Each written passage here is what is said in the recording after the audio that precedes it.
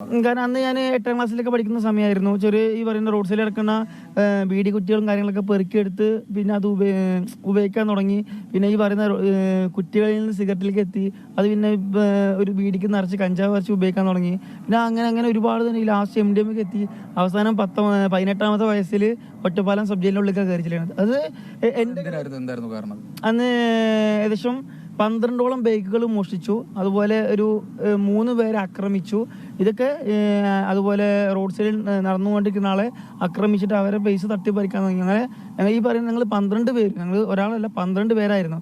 12 ഞങ്ങൾ ഇതിൽ കൂട്ടത്തിൽ ഏറ്റവും വയസ്സ് കമ്മിയുള്ളത് 16 വയസ്സുള്ള കുട്ടിയായിരുന്നു.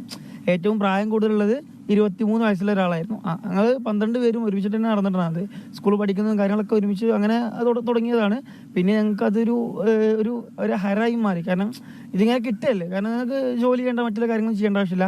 ആളുകളെ ഉപദ്രവിക്കുക, ആളുകളെ മുതൽ മോഷ്ടിച്ചിട്ടും തട്ടിപ്പറിച്ചിട്ടും അത് എടുത്തുകൊണ്ട് പോവുക. അത് എടുത്തുകൊണ്ട് പോയിട്ട് പിന്നെ അത് വിറ്റിട്ട് അതുകൊണ്ട് കഞ്ചാവ് അടിക്കുക, MDMA അടിക്കുക, സ്റ്റാമ്പ് അടിക്കുക, മറ്റുള്ള കാര്യങ്ങളൊക്കെ അതുകൊണ്ടാണ് ചെയ്യുന്നത്. കാരണം നമുക്ക് ഞാൻ പറഞ്ഞല്ലോ, ഒരിക്കലും നമുക്ക് അതിൽ എന്താണ് നമ്മളെന്താ ചെയ്യുന്നത് നമുക്ക് ഒരിക്കലും ഒരു സ്വയബോധം ഉണ്ടാവില്ല. അച്ഛനെ അടക്കം വെട്ടാൻ പോയി.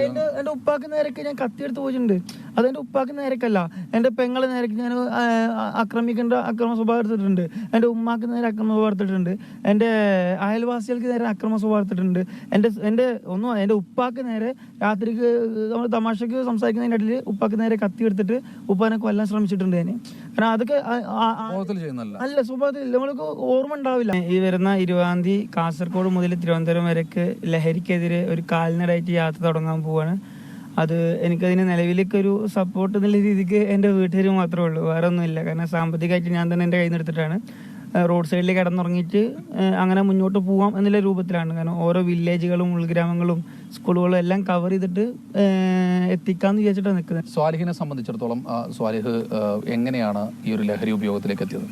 സ്കൂളുകളുടെ പരിസരത്ത് നിലവിൽ കിട്ടിക്കൊണ്ടിരിക്കുന്നുണ്ട്. അന്ന് കഞ്ചാവായിരുന്നു കിട്ടിയിരുന്നെങ്കിൽ ഇന്ന് ഈ പറയുന്ന MDMA കിട്ടുന്നുണ്ട്, M കിട്ടുന്നുണ്ട്, സ്റ്റാമ്പ് കിട്ടുന്നുണ്ട്, എല്ലാം സുലഭമായിട്ട് സ്കൂളിൻ്റെ പരിസരങ്ങളിൽ കിട്ടുന്നുണ്ട്.